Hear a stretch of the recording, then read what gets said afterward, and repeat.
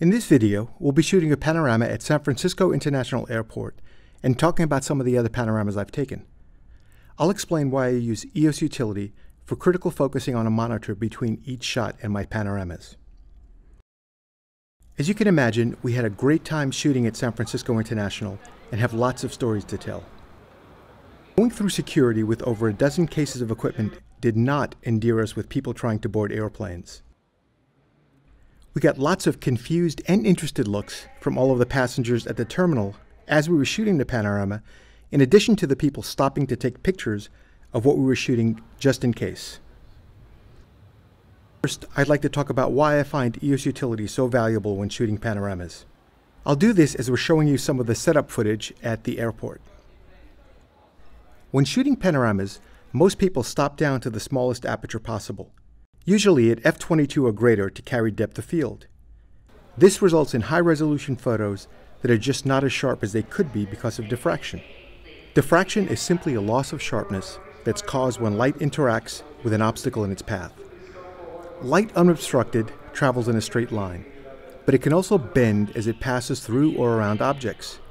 At large apertures under f8, light travels in a tight circular pattern, taking a sharp path, hitting pixels on a sensor directly for a very sharp image. But when light passes through small apertures like f16 or greater, it bends, hits the edges of the aperture blades, and it interferes with itself. The light turns into a blurry circle, dispersing in a spray-like fashion, much like spray paint out of a can. If it hits the sensor at different angles, it can be spread over several different pixels at once, causing the image to appear less sharp.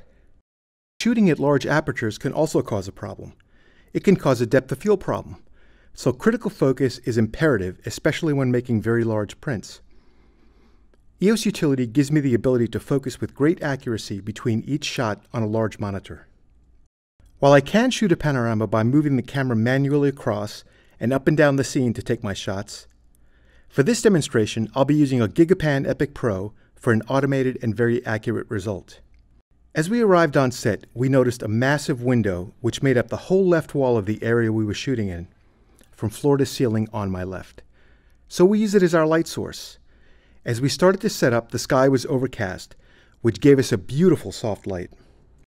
By the time we were finished setting up, however, the sun was coming in and out, causing very harsh shadows and a contrast which was unacceptable.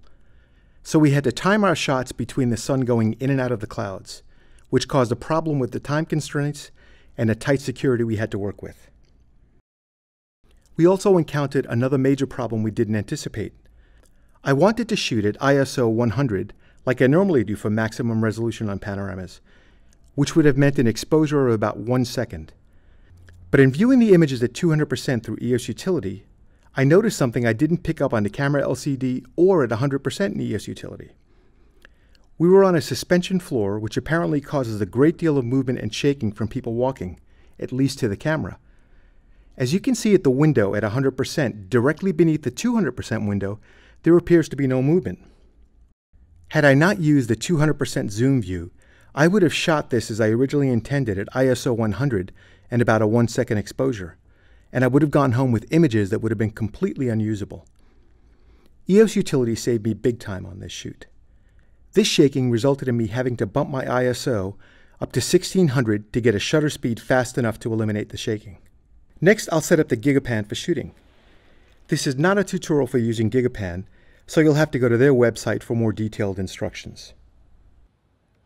Because we're shooting through live view, the mirror is automatically up, preventing mirror shake and allowing me maximum sharpness and fine detail in my images.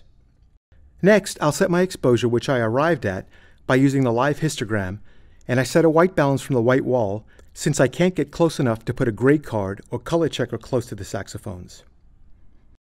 Now we're ready to take pictures.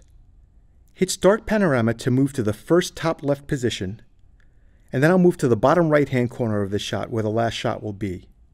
I'm using a 50% overlap on the shots, so when the panorama is assembled, it will be using the sharpest part of my lens.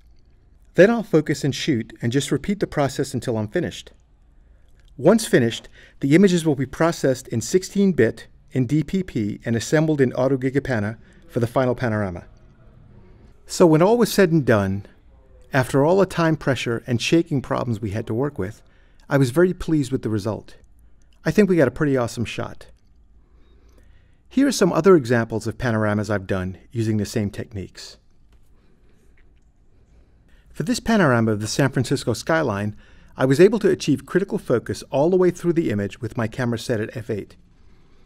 Checking the image on a 17-inch screen made focusing a breeze, and being able to focus on my laptop with the arrow keys eliminated any possibility of camera movement as I focused between each one of the 72 shots. The final image was assembled in Auto Gigapana and hung in the Canon booth at the Javits Center trade show as a 60-inch by 20-foot print. The next set included over 20 individual birds of paradise, set up on a table that was lit by a 3-foot by 4-foot north light and a 7-foot Westcott octagon from overhead. We also used mirrors in front of the flowers to reflect the light from the overhead lights back up into the shot. We lit the wall behind the set with 4 strobes bounced into the ceiling to light the cove wall from side to side.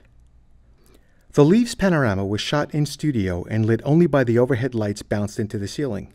The leaves were sorted and laid out on a 4x8-foot piece of plywood, and the Gigapan unit and camera was suspended 4 feet directly above the set on a FOBA camera stand. It was set directly at the 2-foot and 4-foot centers of the plywood.